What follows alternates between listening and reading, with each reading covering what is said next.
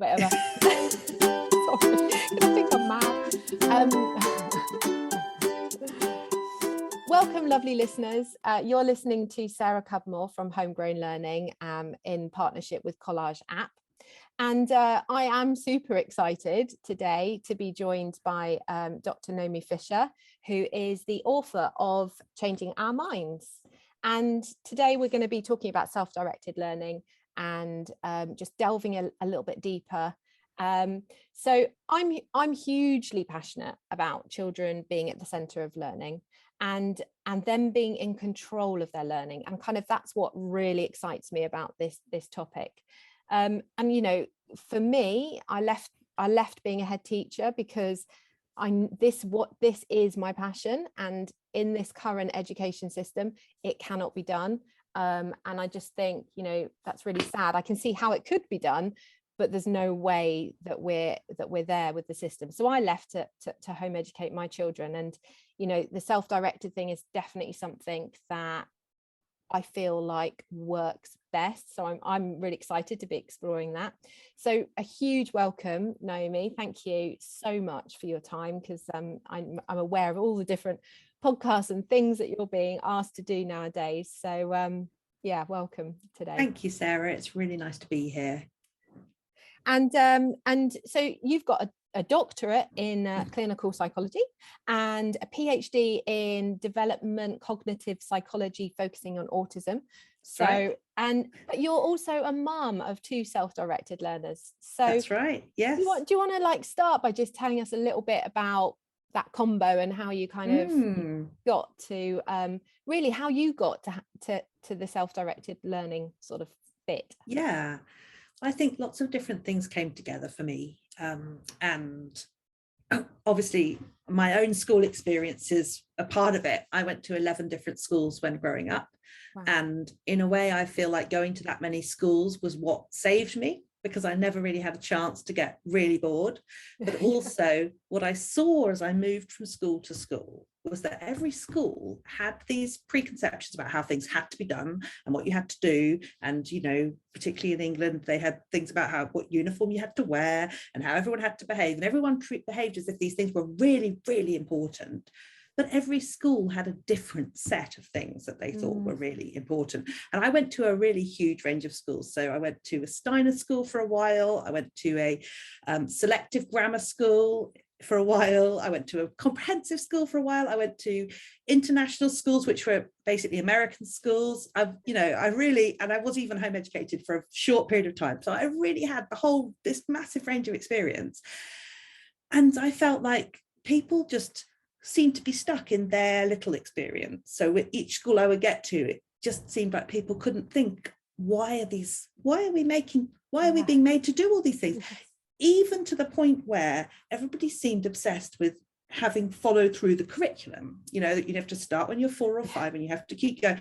And I was like moving curriculum in a radical way, you know, so moving from a system when I was at the American school, which was when I was like 12, 13, where we learned American history. Obviously, we learned science in a very different way. And then I came to the UK and we did totally different stuff, but it didn't fundamentally really seem to matter. It wasn't like when I say something, I came to the UK, I'd never done geography. I'd never done geography, actually. It didn't come up in anything else. But it wasn't like I had to go back to the geography that people did in year 7 or year 6 or year 5 and catch up and all that. I could pretty well come in at, you know, age 14 or 15, catch up quite easily. And so I started to develop quite a skepticism about what was really going on in education and what people said was going on. So I think that was part of my background. Plus I had a couple of episodes where I refused to go to school as well. So I also, refuser. Yeah, I was a school refuser at age 5 and actually at age 14 as well. Wow. So, and I had years when at age 14 when I didn't go to school very much at all. And yet I still got GCSEs, I still got A-levels, and I went to university. So I came out of that really with a kind of skepticism about the accepted norms of the system. And then maybe, as so often happens, when I had my own children, it was almost like myself magnified in the sense that I saw the bits of me that had made school very difficult, and why when I went to school at 5, I was like, I don't want to do this. In my son in particular, he was my eldest, it was like much bigger. And because I'm a clinical psychologist and I have worked with children who have really struggled at school and talked to families of children who really struggle at school, I knew the pathways that we might go down. And I could already see for my son, who was this really active little boy, he was a summer birthday, he was just not interested in writing, reading, you know, he had a place at the primary school down the road, which was a excellent primary school. They were, you know, it was literally on our street and people were counting the doors as to who would get into this primary school. It was crazy. It was like, oh, you know, the person next door won't get a place and you'll get a place. And it was so competitive, and we got our place. And I went along for the day before the summer holidays, which was the kind of, you know, getting to know you day. And they gave us this list of key words that I was meant to help him learn over the summer. And he was 3 at this point, because his 4th birthday wasn't until the holidays. And I just thought, this could really ruin our summer, because I could spend the summer trying to drill these words into him. He is not interested in words. That is not his thing. He is interested in running around, making things, playing games, playing with Play-Doh. Why would I do this to him? And why would I do this to me? Why would I introduce this into our life? And it just, so I suppose the questioning that had already been set up for me all the way through my own school experience, so this kind of skepticism about what school says you should be doing and actually what you might be led to do, kind of came to a head with him. And I thought, you know what, let's not do that. Let's just not do it, because I know he's going to resist. I know this is going to be horrible for everybody. And probably what will end up is him age 5, 6, 7, hating reading, for example. And I've seen that happen. I've seen it happen to kids. So I know it can happen. So I said, right, we're not going to do it. Let's home educate. And as so many parents do at that stage, I still thought we might create something that replicated school a bit. You know, I thought that we might go to there's a little class about Spanish we could have done, and there was this and there was that. And I thought we'd do reading and we'd, you know, kind of do that. He has a younger sister too, who's 3 years younger. So this was going to be always challenging with 4-year-old and a 1-year-old. Anyway, but it became very quickly very clear that he was not having any of that, there was not going to be any sitting around the kitchen table with our workbooks, that in fact it became clear to me that anything I suggested basically he didn't really want to do. So I had to back out of everything, and I had to get alongside him and join him in the things that he really wanted to do. And then as time went on, the longer that we did that, the more it seemed impossible to imagine ever doing anything else. And I suppose when we first started, again, like many parents, I probably had this idea, oh, maybe when they're 7, everybody says this, you know, they need this longer time to play, develop, you know, boys in particular, people in line with the Scandi company. Exactly. Maybe when they're 7, they'll be ready. And then of course, when they get to 7, you look at what's happening in the school system at 7 and you're like, oh my goodness, well, by this point, they're meant to be sitting in rows and doing stuff. And we've missed the play, nursery, reception stage altogether, and we can't go back and do it again. So it's not like we can come in now and have a nice kindergarten. We can't. It's right. So I was like, it was almost like the gap between what a school child does and what my children do got wider and wider and wider. And I was more and more okay with it, because more and more as I saw the school children, I was like, actually, you know, we're doing something really different here and really amazing. And it seemed to come together for me with all the ideas that I knew from my psychology degrees, particularly about how important it is for people to feel in control of their lives, and how, again, that chimed with my own experience, where I knew as a young person, when I was made to do something, I didn't really like doing it. Whereas when I chose to do something, I loved it. And I tell this story in my book, that I was this avid reader as a child. I read all the time. You know, people would laugh at me. I would walk home from school with a book.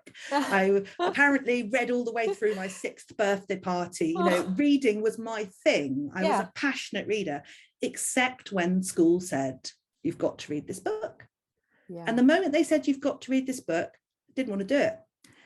And I remember vividly reading, aged about 12 or 13, counting the pages of what I was reading. And I was like, what is this? Usually I'm whipping through the pages, you know, when I choose to, and I know it's not the book.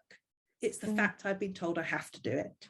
Mm. So I thought, well, since I know that from my own experience, I can see that in my children's experience. And there is a whole body of research which shows that when we make people do things, they are less likely to want to do it. They learn less well. They're less intrinsically motivated. Mm.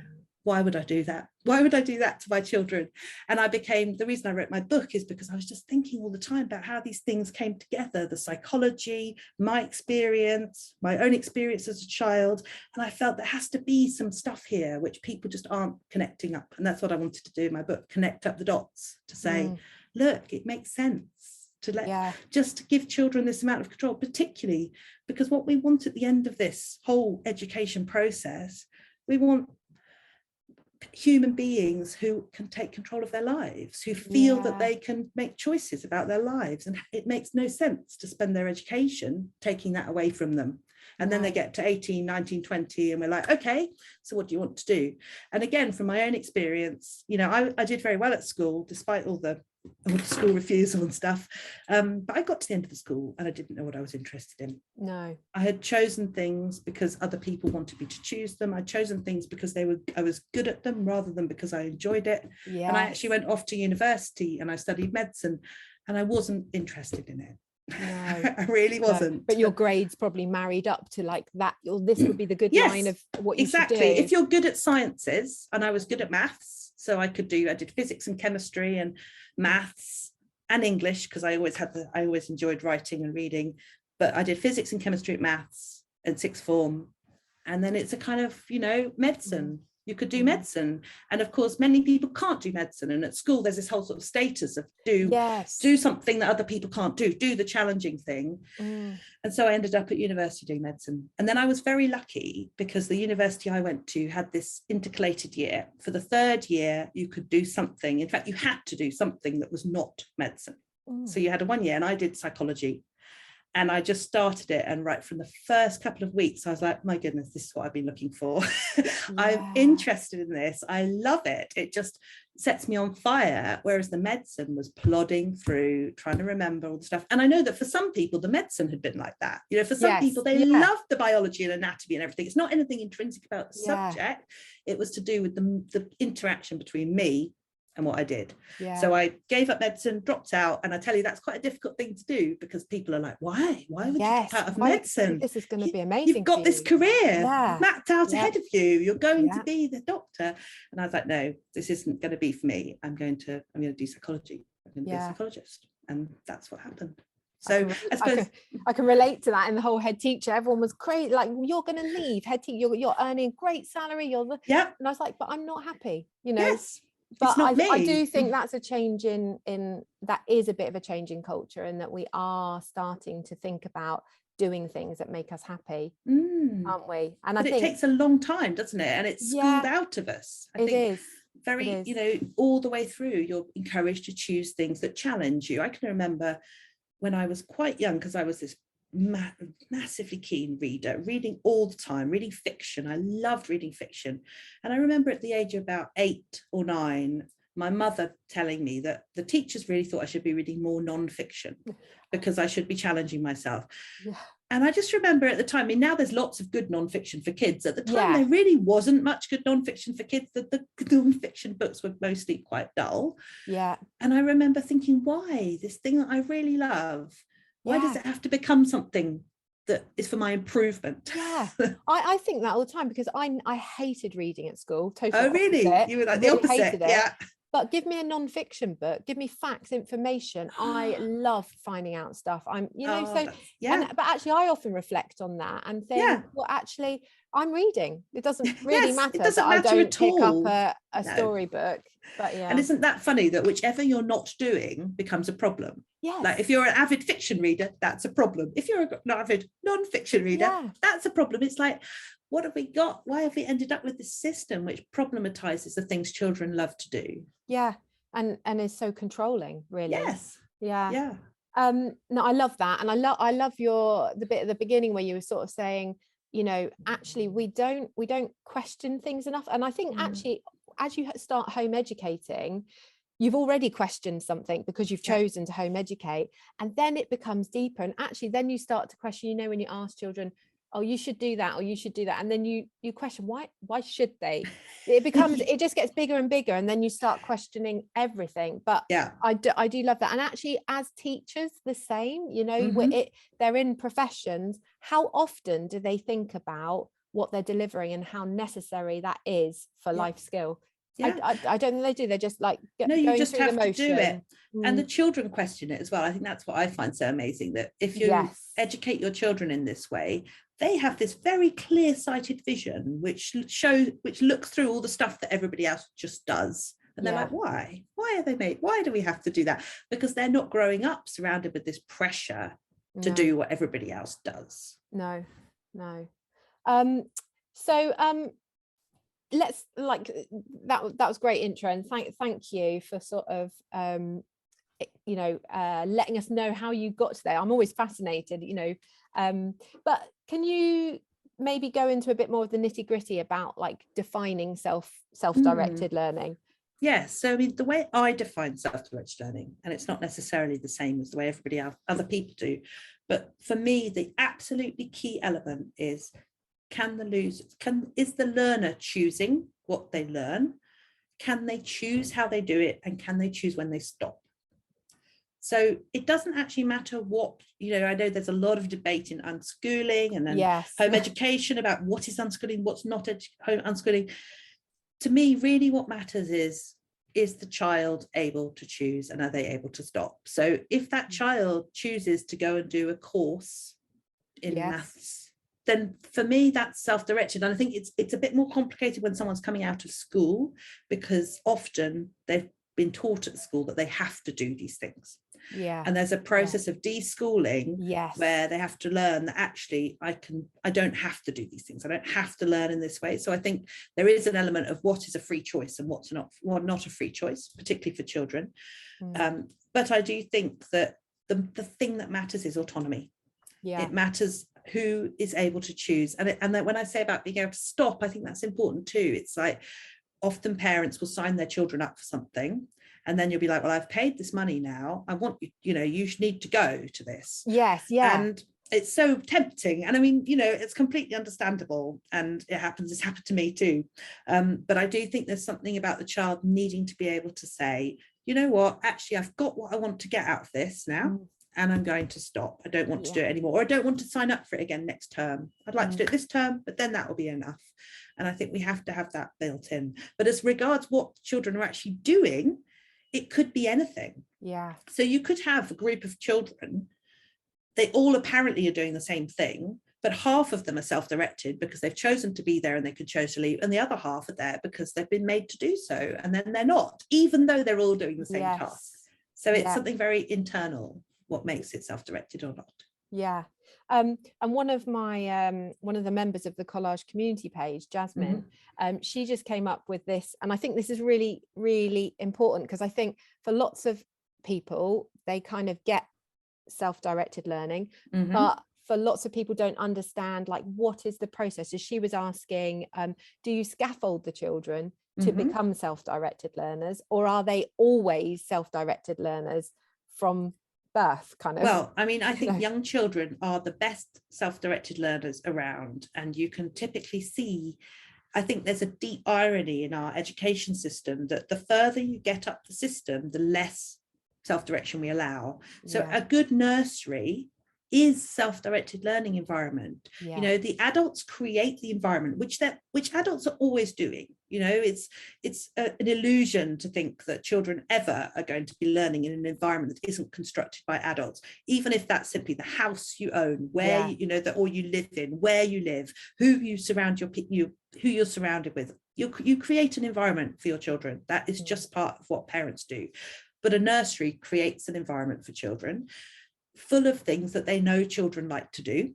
And a good nursery is responsive to those children. So I know from talking to people who've had their children in nursery, you know, if there's a child who's really interested in diggers or dinosaurs, a good nursery will respond to that and will provide more opportunities for them to learn about diggers and dinosaurs, or maybe they'll organise a trip to the local building site and we can all go and look at diggers together.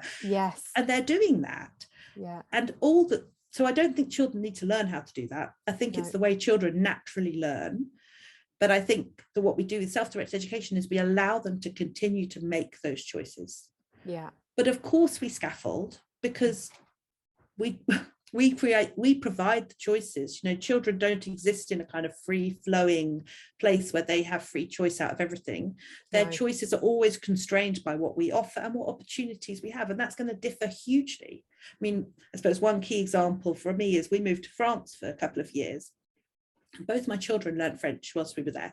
They went to a self-directed school. They didn't have French lessons, and they learnt French. And obviously they learnt French because of the environment that they were in, where French was suddenly really important. And I had created that environment. You know, we had chosen, me and my husband had chosen that we would go to France and that we would put them in this situation.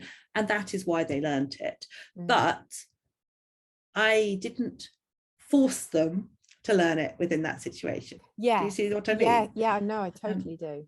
So that we kind of created the need, and they learned.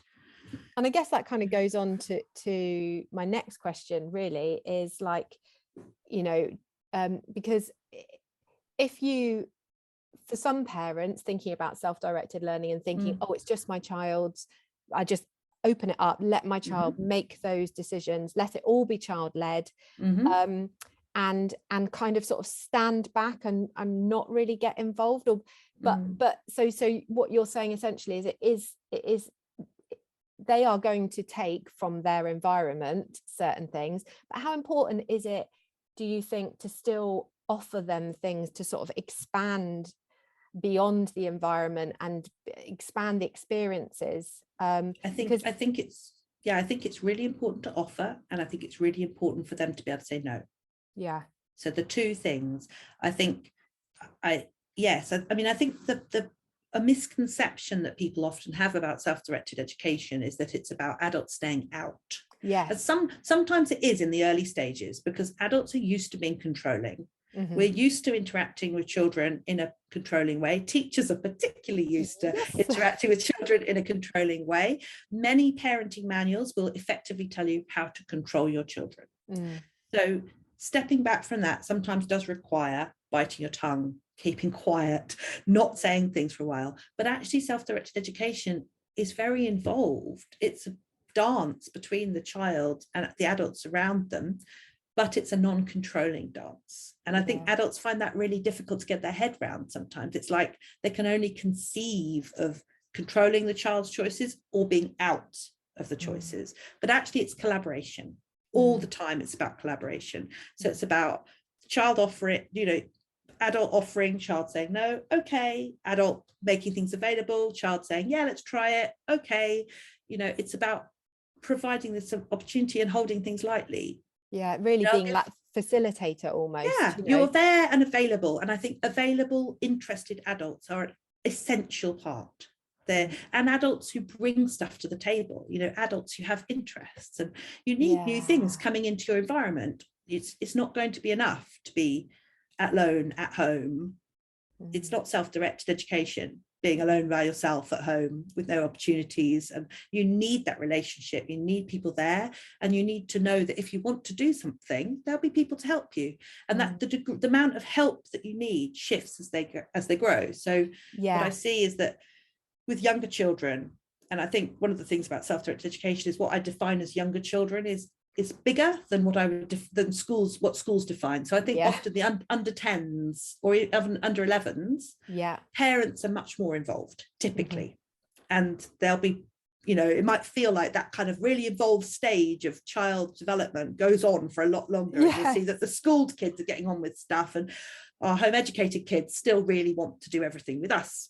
And then puberty comes, and they develop and they grow, and they start to take control of it for themselves. And it's a really magical thing to see.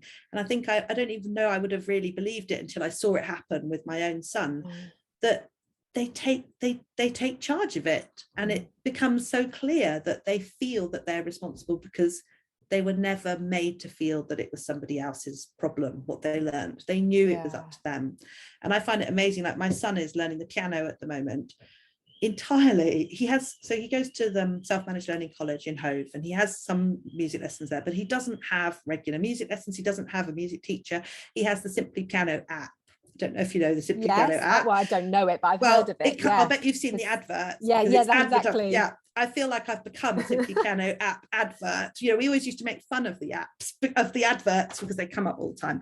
Anyway, he has worked his way through the Simply Piano app. He spends hours every day playing the piano. He really likes playing the piano.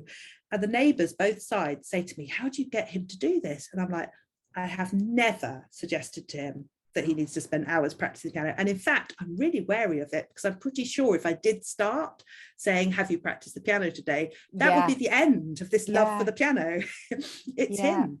And he has to know that he does it on his own terms. He can stop when he wants to stop. He can start when he wants to start. And he's loving it. Yeah. And I think that's just the magic that you see, but you do have to sometimes wait quite a while. He's 13 and a half now. I was going to say he's 13 and a half. Yeah, because my son's 10 and a half, and I have just, so he's just decided that he wants to, he's got a laptop, for Christmas, and he's frustrated straight away because he can't type quickly. So he's like, oh, I'm going to learn to touch type. And he's found a program and he's doing it, and he's, doing it day. And I never would have believed, a year or two ago, that he might just take on something and want to do it for himself. It's amazing, isn't it, when you see it? And that is exactly the age when I start to see it. And I think that's exactly the age where parents start to really wobble, because that's the age children will be going to senior school, and you're starting to think, oh my goodness, we're so far behind, in quotes. And then they sort of step into their own, and you're like, wow, this is what it was all about. It's great. I totally believe that. But it was fascinating talking about that and the process, and it just reminded me of actually, like, when you have a baby and you suddenly start to want to control when they sleep and when they don't sleep, isn't it? You've got to go to work, so you're trying to time it all in. Oh gosh. And it's even as early as that, essentially, self-directed learning, sleep, taking control of their life. It's that early, isn't it? And you're told that that's what good parents do as well. I think there's a real merging in our heads often between good parenting and controlling parenting, because we think that what a good parent does is they're able to control their child, and we decide who's a bad parent by the behavior of their child. And it reflects on you. So there's this idea that, with eating, for example, if you're the good parent, your child will be sitting at the table and eating a full range and, eating their vegetables and fruit and all that kind of thing. And if your child is not doing that, then it's because you aren't controlling them enough. Yeah. It runs very deep. Yeah, it does. There's a lot of unpicking. And like you say, with home educating, you are, it's magnified. It's, and actually that deschooling process is as important for the adult as it is for the child. So important. I'd say I'm still deschooling, after nearly 5 years. There's still, that's so ingrained in me. It's like, well, you're a teacher. Well, so. I guess that was even more ingrained in me. But it's everything, isn't it? It's so much part of your identity. Yeah, and I love the bit where you talk about in terms of broadening their experiences of, and particularly, in your book, you talk about adults learning, and when was the last time you learned something, and really bringing something in.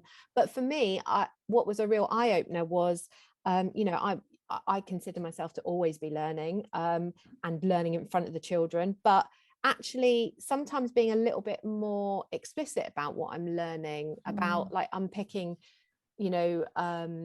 the sort of tricky thing, or how I'm actually managing myself, is, and I think, whilst you don't want to be in their face with those things, I've missed opportunities because my children they're interested in my business and have set it up and blah blah blah. But actually there's a lot more I could share with them. So I think sometimes adults, and I'm keen to share that message with home educators, because self-directed sort of lends itself to you thinking they're just totally doing their thing, don't need you. But it's more than needing, we've unpicked and talked about you being the facilitator in that, but it's more than that. It's more, it's about you as a person, as an adult, what you're doing, how you're doing things, your interests, and your and children, I think, naturally are really interested in other people and what they're doing. Yes, because that's part of how they learn, isn't it? Yeah. It's the curiosity element of it. They've got it all there. We just need to help them find places for that to be directed. Yeah. And I think the thing that I have found that I love most about self-directed learning is it's kind of taken away a lot of that need for perfection, needing for everything to be right, needing, you know, there's that, you know, bless children that, and the system, but there's such a comparative nature there. And, you know, I mean, it's 5 years and my son still doesn't want to write because he's too frightened of like the wall, like what that end piece should look like. And you know, so I think talking about the process, so with that example, I've talked a lot with him about you know, how shown him my scribble all the time, you know, my journal, my notebook, my bit that I'm taking to a meeting, my post-it notes, and he's just starting to think, oh gosh, yeah, it hardly ever actually looks perfect. Do you know what I mean? Yes, that's really interesting. So, that's funny, isn't it, how we can see these things when our children come out of school. And I think often when we're in the system, we just don't see them, because it's kind of like you have to see the opposite. You have to see the child refusing to write to know how they felt when they were being made to write. Yeah.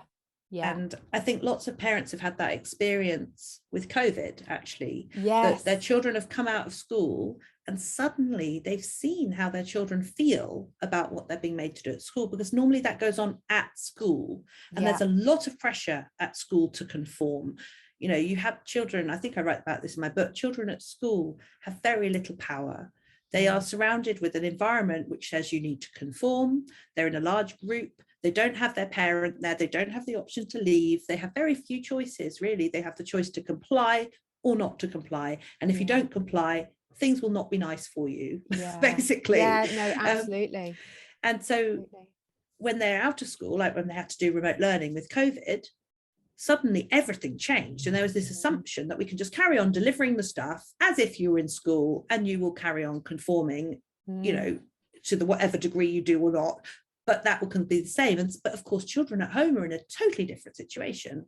They can switch off the computer and walk away for a start. Or they can refuse to do these things. Or they can say, I think this is a waste of time, to their parents. They are so very different. They are. And I love that. I love when they say to you, this is a waste of time. Why am I doing this? And you're like, yes, it is. No. Yeah. And you talk about in your book a bit about self-directed learning being active. I think another thing sort of that maybe worries parents in terms of like the self-directed and home educating in general is when they feel like their children are just being passive, they're just not really learning. And I feel like there's a lot of debate and a lot of conversation around the whole gaming thing with this. What's your kind of take on that and the passive learning? And well, my take is that we can never know whether something's passive in somebody else's head. And because we're making a lot of assumptions if we say that, for example, learning from a game or from a documentary or something is passive learning, because personally, I mean, it doesn't really make sense to me, because if you're thinking of passivity in learning, then school seems to me to be the ultimate passivity in learning. You know, you're not choosing anything, whereas actually a child who's choosing to play a video game, for example, already has more autonomy and has made more of an active choice than that child who's sitting in their classroom. So I think it's one of those things that we bring in that is our own baggage. And I suppose what I have seen, again, with my own children, we haven't had limits on how much time they can game or how much time they spend on TV or anything. I mean, I can't remember when we I think probably right at the beginning I did try and have limits, but it was a very long time ago. If so, I mean, we've definitely had, within living memory, there's never been a time, within their memory, there's never been a time when I've limited anything. They do so many other things. And they have absolutely no problem with doing other things. You know, it's just part of life that they play, they stop playing.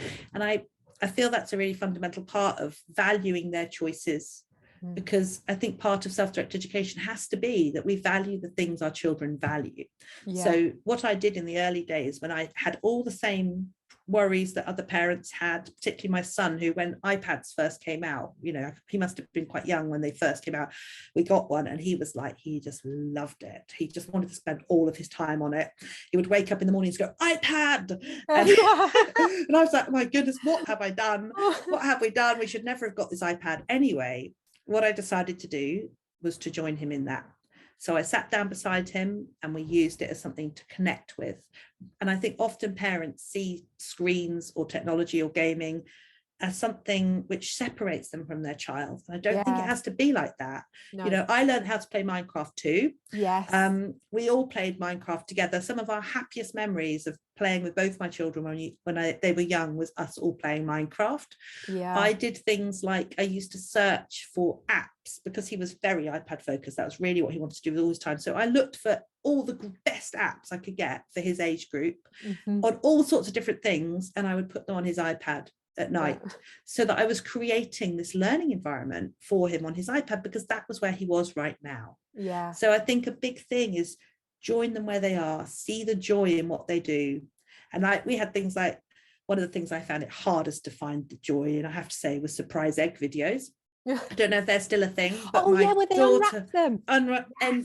endless surprise egg videos on YouTube. Yes, you know, opening these things. Oh my goodness. Anyway, I thought, okay, and then, you know, as a child psychologist, it actually made perfect sense that when my daughter was 2 or 3 or 4, she was really excited about surprise egg videos, because that's the age when children are learning about the difference between how something appears and what there might be, what might be going on. Do you see? So it's like it's a conceptual stage that they make when they're younger. It's just like, you know, okay, so it looks like an egg, so it's an egg. And then as they get older, it's like, oh, it looks like an egg, but inside there's something else. It's like a extra dimension that they're learning. And so I decided to see it like that, and we embraced it. And what we did was we made our own surprise eggs out of Play-Doh. We hid surprise eggs around, so we drew surprise eggs. So I kind of got in there with the interest with them, rather than seeing it as something I had to pull them away from. And that made all the difference. It's so true. I think, you know, it's a real, for some parents, it's a real battle home educating and dealing with your own, you know, I've seen those videos and I've thought, oh my God, how environmentally awful, how, you know, materialistic. But what are they learning? There are things, aren't they? They really are our things. Just sort of moving on into a different sort of area, but obviously many home educators have expressed concerns recently with the Portsmouth review case, that they'll need to show progress. Do you think actually I've had some promising conversations with some local authorities that seem to be wanting to support home educators in a sense of understanding the, like, you know, the unschooling methods and the different, so, you know, I do think this will shift. But do you think parents are still focused on being in that comparison of what children are doing in school? And I think some local authorities are too, and that's kind of probably where this kind of sort of blew up a bit in terms of the Portsmouth.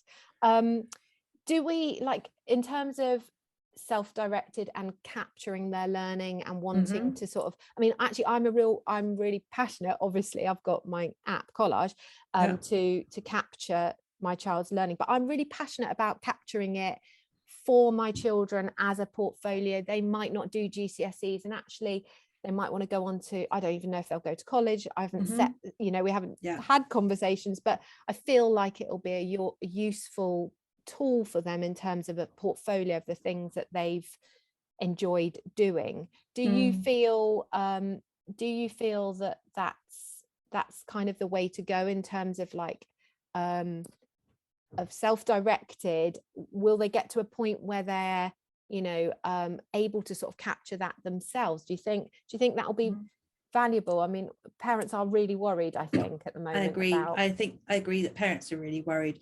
I mean, for me, I think that is that as self-directed educators, I think we need to take control of the narrative about the way our children learn, because I think that Yeah. if you start off with the idea that school is the ideal, and you compare what home educated children are doing to children at school, then we're always on the back foot, basically, because we've defined as the norm school. And that is going to put pressure on parents, it's going to put pressure on children, but also many home educating parents choose home education because school isn't working. Yeah. I mean, I don't even know that we have the studies on what percentage do that, but No. I would have thought it's the majority. You know, people. Well, actually, COVID's a classic example. Some of the local authorities that I've spoken to have said that actually a lot of primary children who, schooled from home during COVID just haven't gone back to school. Yeah, so absolutely. They're seeing it. Yes. I mean, so what I would like to see is I would like to see us as self-directed educators and schoolers getting together and saying, look, this is what it looks like. This is what we might expect. And we can define that for ourselves rather than waiting for the local authorities to define it for us, because they're not going to define it for us in the way that we hope. And they're not all going to understand that. Some are great, but some have no understanding at all. But I think even the ones that are great don't really understand it. They just maybe complain less. Or anyway, I mean, I would like to see it. I would like to see it developed into more of a kind of accepted way of learning with its own research. I mean, I think it's evidence-based for a start. So I often say to people, you have to be firm in the fact that there's an evidence base that shows that this way can work. And there's a psychological body of literature which shows that autonomy and competence and relatedness all come together to help us develop our intrinsic motivation, which ultimately is really important. There are many people saying this kind of thing. Yeah. And we need to have the confidence to say, look, we know this works and it's going to look different, but that doesn't make it less valid. But I think that's hard for us to say while we're in a defensive position. Yeah, I think it's just a difficult time, isn't it? It's like a sort of, hopefully it will get there. And it's a bit like, actually, it's a little bit like the education system itself. I think particularly during COVID, it gave a lot of professionals the opportunity of people who are writers and all sorts who are then schooling their children at home and realizing what the heck they're being asked to do. And actually there does feel like there's a real wave coming through of people saying this isn't fit for purpose. Yes. I mean, something different. Can't see them changing much in the current sort of government, but actually that wave is getting bigger and bigger with more and more people. And home educators, schools, I think it is time for change. And I think we're just riding that wave, aren't we? And I suppose what I would like to see, and I suppose that was part of what I was trying to do with my book, was for people to know things like, for example, that children may appear to be younger until quite a bit older, and that it's absolutely part of the normal development for them to maybe be 10 or 11 before they become interested in the kind of things that children are doing at school, and that's okay, because then what we see is these things really go very fast. And I think people aren't necessarily aware of that. So they're worried, for example, that their 7 or 8 year old isn't interested in reading or writing because they think that's what they should be doing. They should be able to do it at school. But actually, with home educated children, and Harriet Patterson's research showed this really clearly, children can learn to read at a massively wider range of times, and it doesn't have the same negative impact that it has on children at school. And whilst people are still coming at it from a schooled perspective, they're going to be worried about these things because it does have a negative impact if you don't learn to read at school early enough, but it doesn't have to have at home. And it's those kind of things that I think it'd be really helpful for people to have firm, you know what I mean, to know. And I think it's such a grey area, the sort of terminology of suitable education, isn't it? Because a local authority could see a child at 8 who's not reading and think that's not suitable, come back at 11 and they are flying with their reading, probably even more so than a child in school. But actually they're going, I think that's the kind of fear, and that's what we all need to work towards. Yes, and I think we need to work towards ways of helping people show that they're providing this self-directed education, and that does look different and will look different, and you can't really measure it in terms of what the child's doing compared to what a school child would be doing at a particular stage. No, no. But I guess that's why sort of my passion about sort of following them in terms of like that portfolio of learning is actually helpful in a sense of, because without using schooling wordings, but that whole progress thing, you can see the progress, you know, so all clear the way there. through. Yes. Because but yeah, it's about educating the government and the local authority, really, isn't it? Yes, but I think part of that starts with maybe us knowing what it is that we're doing and having that kind of confidence in it. Yeah. Do you see what I mean? Yeah. Because no, otherwise, what are we educating them in? Yeah, really? no, absolutely.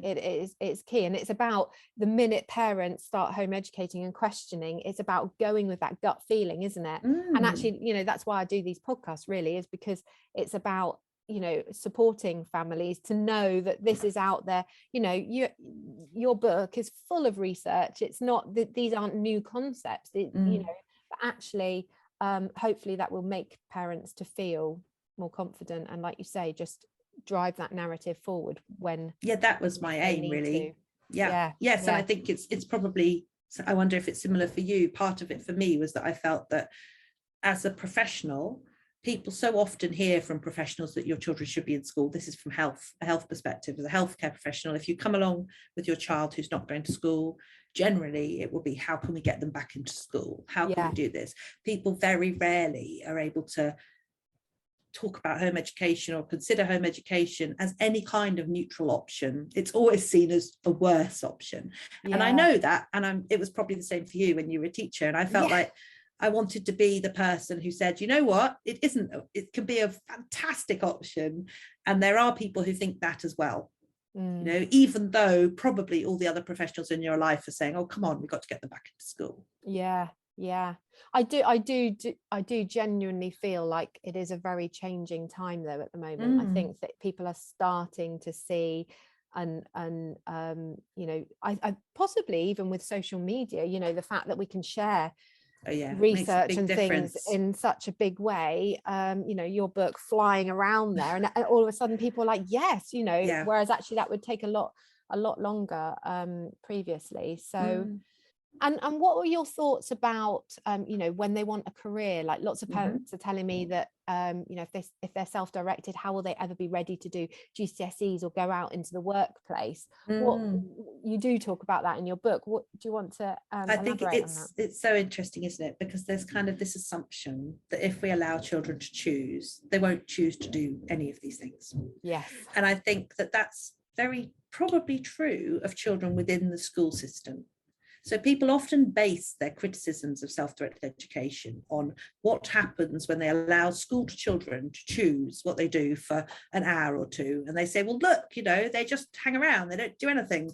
I can't, you know, this is your proof, it doesn't work. Yeah. And of course, it's so different when a child or young person is making choices about their life all the time. So they're not in this environment where they're being made to do things.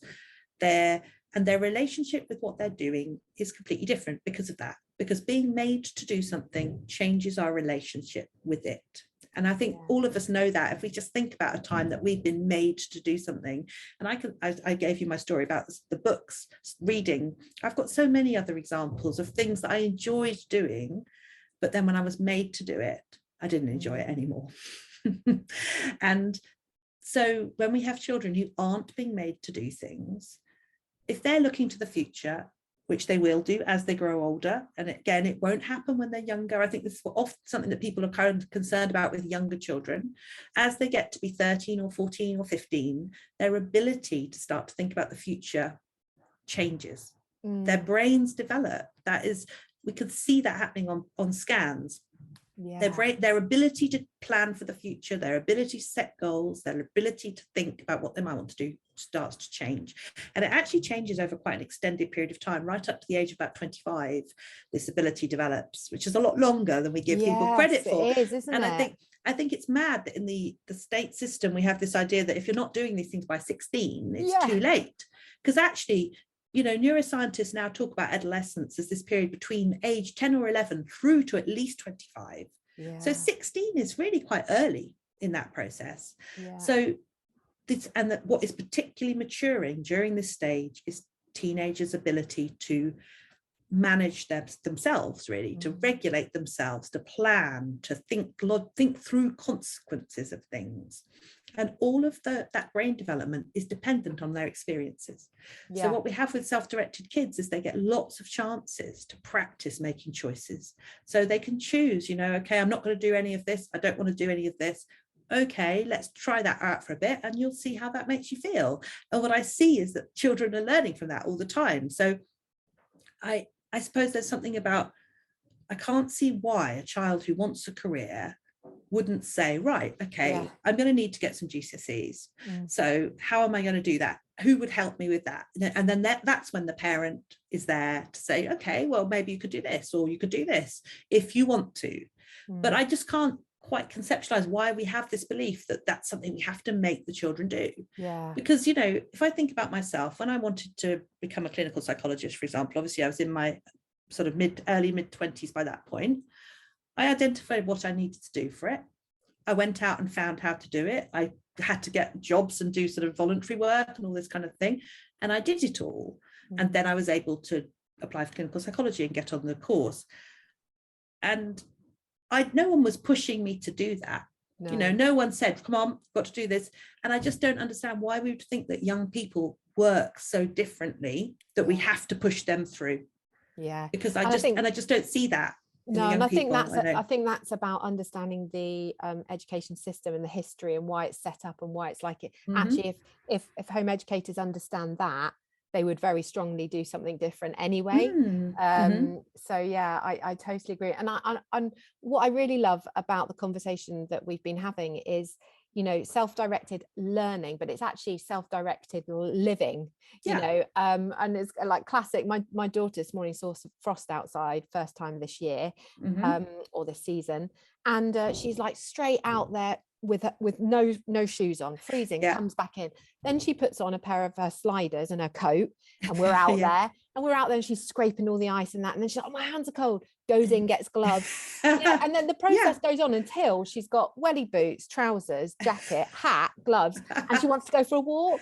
But she's learned, and that's new. And I have to be honest that previously she'd have said, I want to go outside. And I would have said, oh, coat, hat, gloves. Come on, let's get booted up. It's cold. Yes. And actually, how old is she? She's 8, so like that's such an interesting example, isn't it, of something where we routinely take control away from children in that kind of situations. I've seen so many parents, you can't go out the house without your coat on, we just take it away from them without even thinking about it, because we think that's good parenting. But actually that's how they learn, isn't it?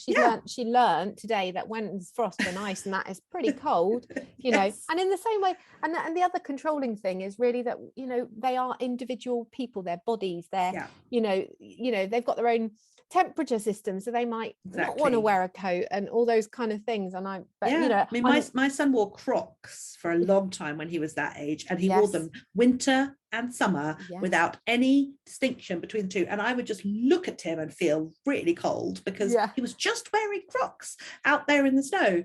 He was fine. And now he wears shoes. So, I didn't make a fuss out of it. We just made sure we had the right size Crocs for a couple of years. And now we've moved on. And it's really about trusting them, isn't it? And actually, if you can have that trust in them, that builds this really beautiful relationship between you, doesn't it? And it all kind of joins up with the whole self-directed, I think. And I think there has to be the opportunity to make mistakes. That's the thing. People often say, well, yes, okay, that's all right for your child, but I know my child would go out there without any shoes on, for example. And yes, they do have to be able to make mistakes. That's part of learning. And we can't, if we remove that opportunity from them, then how can they ever see that actually that isn't, and I think we just need to open up much more space for children to make mistakes and to make what we might think of as the wrong decisions, and just hold the faith that it isn't catastrophic. If they choose to do no GCSEs when they're 16, so what? It's an arbitrary age. Honestly, so what?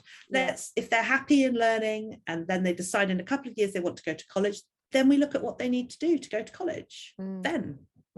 And finally, really, my kind of big love of all of this is actually when I'm thinking about well-being, because ultimately you know, there is way too much pressure on children, way too young. This, you know, the system sets that up. But actually, if you're making choices, you are always making choices out of love, happiness, joy. Maybe, you know, I don't know, maybe when you want to go down a career path, there's a little bit of, you've got to do some things you don't particularly want to do, but generally you're doing it because you want to get to that point, and you're, you know, and that is only going to create happy people, isn't it? Absolutely. You know? And also, I think it's a misconception that people have with self-directed education that children will never do anything that they don't want to do right there in the moment. I think for younger children, yes, that's true. And that is how younger children are. And that's part of being a young human. What I see in teenagers is that they will set themselves really quite challenging things, and they will do stuff that isn't necessarily what they would have chosen to do right then and there, because they want to work towards a goal, as do adults. But I think there's a huge difference between a teenager saying, I would like to learn how to play the piano. I am going to do this. I'm going to practice these scales, for example, even though they're quite tedious. And an adult saying to that young person, you've got to spend half an hour a day practicing your scales. It's a totally different thing, even though it's the young person there at the piano practicing their scales. But I think they're entirely different. Oh gosh, could talk for a long time. Maybe we'll have to come back and do a slightly different slant on things, but thank you so much.